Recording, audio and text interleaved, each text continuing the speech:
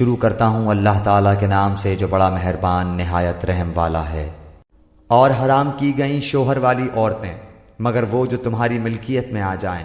اللہ تعالیٰ نے یہ احکام تم پر فرض کر دیے ہیں، اور ان عورتوں کے سوا اور عورتیں تمہارے لیے حلال کی گئیں کہ اپنے مال کے مہر سے تم ان سے نکاح کرنا چاہو، برے کام سے بچنے کے لیے، نہ کہ شہوت رانی کے لیے۔ اس لیے جن سے تم فائدہ اٹھاؤ انہیں ان کا مقرر کیا ہوا مہر دے دو، اور مہر مقرر ہو جانے کے بعد تم آپس کی رضامندی سے جو طے کر لو اس میں تم پر کوئی گناہ نہیں۔ بے شک اللہ تعالیٰ علم والا حکمت والا ہے۔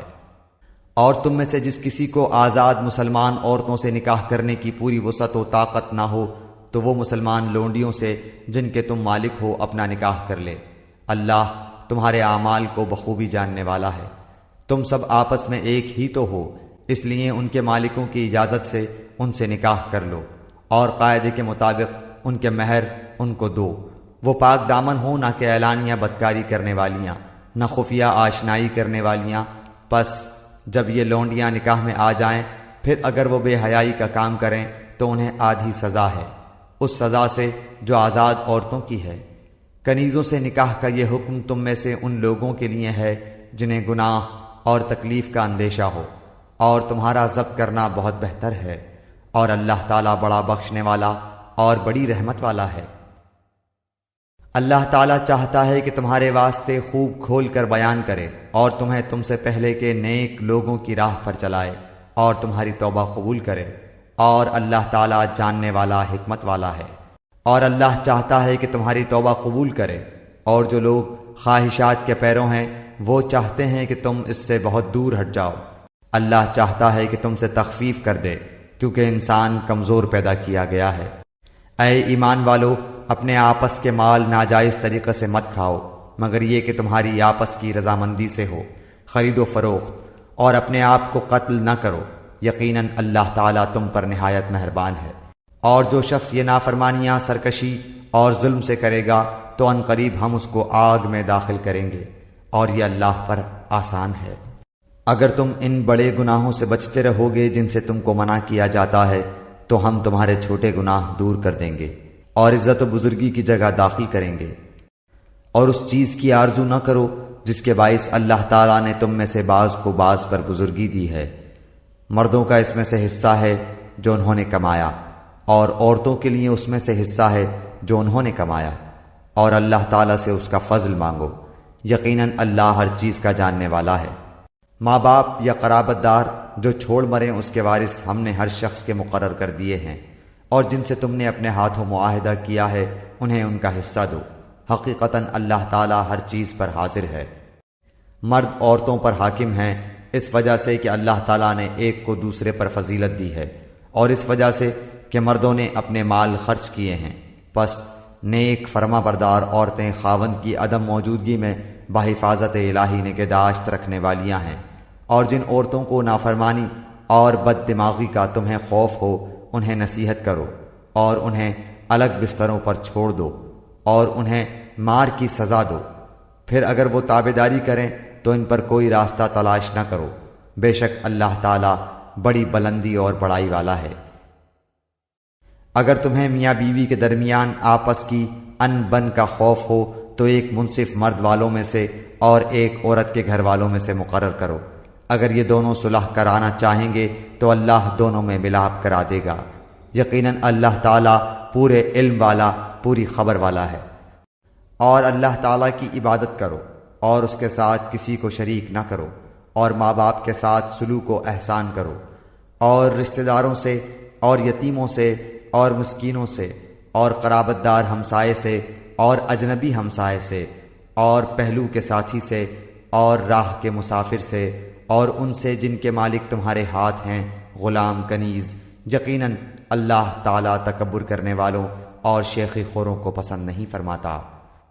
جو لوگ خود بخیلی کرتے ہیں اور دوسروں کو بھی بخیلی کرنے کو کہتے ہیں، اور اللہ تعالیٰ نے جو اپنا فضل انہیں دے رکھا ہے اسے چھپا لیتے ہیں، ہم نے ان کافروں کے لیے ذلت کی مار تیار کر رکھی ہے۔ اور جو لوگ اپنا مال لوگوں کے دکھاوے کے لیے خرچ کرتے ہیں اور اللہ تعالیٰ پر اور قیامت کے دن پر ایمان نہیں رکھتے، اور جس کا ہم نشین اور ساتھی شیطان ہو وہ بدترین ساتھی ہے۔ بھلا ان کا کیا نقصان تھا اگر یہ اللہ تعالیٰ پر اور قیامت کے دن پر ایمان لاتے اور اللہ تعالیٰ نے جو انہیں دے رکھا ہے اس میں سے خرچ کرتے۔ اللہ تعالیٰ انہیں خوب جاننے والا ہے۔ بے شک اللہ تعالیٰ ایک ذرہ برابر ظلم نہیں کرتا، اور اگر نیکی ہو تو اسے دگنی کر دیتا ہے، اور خاص اپنے پاس سے بہت بڑا ثواب دیتا ہے۔ پس کیا حال ہوگا جس وقت کہ ہر امت میں سے ایک گواہ ہم لائیں گے اور آپ کو ان لوگوں پر گواہ بنا کر لائیں گے، جس روز کافر اور رسول کے نافرمان آرزو کریں گے کہ کاش انہیں زمین کے ساتھ ہموار کر دیا جاتا، اور اللہ تعالیٰ سے کوئی بات نہ چھپا سکیں گے۔ اے ایمان والو، جب تم نشے میں مست ہو نماز کے قریب بھی نہ جاؤ جب تک کہ اپنی بات کو سمجھنے نہ لگو، اور جنابت کی حالت میں جب تک کہ غسل نہ کر لو۔ ہاں اگر راہ چلتے گزر جانے والے ہو تو اور بات ہے، اور اگر تم بیمار ہو یا سفر میں ہو یا تم میں سے کوئی قضائے حاجت سے آیا ہو یا تم نے عورتوں سے مباشرت کی ہو اور تمہیں پانی نہ ملے تو پاک مٹی کا قصد کرو اور اپنے منہ اور اپنے ہاتھ مل لو، بے شک اللہ تعالیٰ معاف کرنے والا بخشنے والا ہے۔ کیا تم نے انہیں نہیں دیکھا جنہیں کتاب کا کچھ حصہ دیا گیا ہے؟ وہ گمراہی خریدتے ہیں اور چاہتے ہیں کہ تم بھی راہ سے بھٹک جاؤ۔ اللہ تعالیٰ تمہارے دشمنوں کو خوب جاننے والا ہے، اور اللہ تعالیٰ کا دوست ہونا کافی ہے، اور اللہ تعالیٰ کا مددگار ہونا بس ہے۔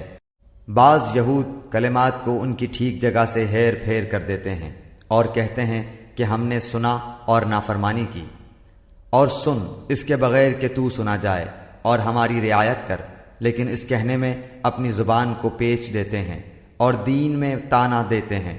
اور اگر یہ لوگ کہتے کہ ہم نے سنا اور ہم نے فرما برداری کی اور آپ سنیے اور ہمیں دیکھیے تو یہ ان کے لیے بہت بہتر اور نہایت ہی مناسب تھا، لیکن اللہ تعالیٰ نے ان کے کفر کی وجہ سے انہیں لعنت کی ہے، پس یہ بہت ہی کم ایمان لاتے ہیں۔ اے اہل کتاب، جو کچھ ہم نے نازل فرمایا ہے، جو اس کی بھی تصدیق کرنے والا ہے جو تمہارے پاس ہے، اس پر ایمان لاؤ، اس سے پہلے کہ ہم چہرے بگاڑ دیں اور انہیں لوٹا کر پیٹھ کی طرف کر دیں، یا ان پر لعنت بھیجیں جیسے ہم نے ہفتے کے دن والوں پر لعنت کی، اور ہے اللہ تعالیٰ کا کام کیا گیا۔ یقیناً اللہ تعالیٰ اپنے ساتھ شریک کیے جانے کو نہیں بخشتا، اور اس کے سوا جسے چاہے بخش دیتا ہے، اور جو اللہ تعالیٰ کے ساتھ شریک مقرر کرے اس نے بہت بڑا گناہ اور بہتان باندھا۔ کیا آپ نے انہیں نہیں دیکھا جو اپنی پاکیزگی اور ستائش خود کرتے ہیں، بلکہ اللہ تعالیٰ جسے چاہے پاکیزہ کرتا ہے، کسی پر ایک دھاگے کے برابر ظلم نہ کیا جائے گا۔ دیکھو یہ لوگ اللہ تعالیٰ پر کس طرح جھوٹ باندھتے ہیں، اور یہ حرکت صریح گناہ ہونے کے لیے کافی ہے۔ کیا آپ نے انہیں نہیں دیکھا جنہیں کتاب کا کچھ حصہ ملا ہے، جو بت کا اور باطل معبود کا اعتقاد رکھتے ہیں، اور کافروں کے حق میں کہتے ہیں کہ یہ لوگ ایمان والوں سے زیادہ راہ راست پر ہیں؟ یہی وہ لوگ ہیں جنہیں اللہ تعالیٰ نے لعنت کی ہے، اور جسے اللہ تعالیٰ لعنت کر دے تو اس کا کوئی مددگار نہ پائے گا۔ کیا ان کا کوئی حصہ سلطنت میں ہے؟ اگر ایسا ہو تو پھر یہ کسی کو ایک کھجور کی گٹھلی کے شگاف کے برابر بھی کچھ نہ دیں گے، یا یہ لوگوں سے حسد کرتے ہیں اس پر جو اللہ تعالیٰ نے اپنے فضل سے انہیں دیا ہے۔ پس ہم نے تو آل ابراہیم کو کتاب اور حکمت بھی دی ہے اور بڑی سلطنت بھی عطا فرمائی ہے، پھر ان میں سے بعض نے تو اس کتاب کو مانا اور بعض اس سے رک گئے، اور جہنم کا جلانا کافی ہے۔ جن لوگوں نے ہماری آیتوں سے کفر کیا انہیں ہم یقیناً آگ میں ڈال دیں گے، جب ان کی کھالیں پک جائیں گی ہم ان کے سوا اور کھالیں بدل دیں گے تاکہ وہ عذاب چکھتے رہیں۔ یقیناً اللہ تعالیٰ غالب حکمت والا ہے۔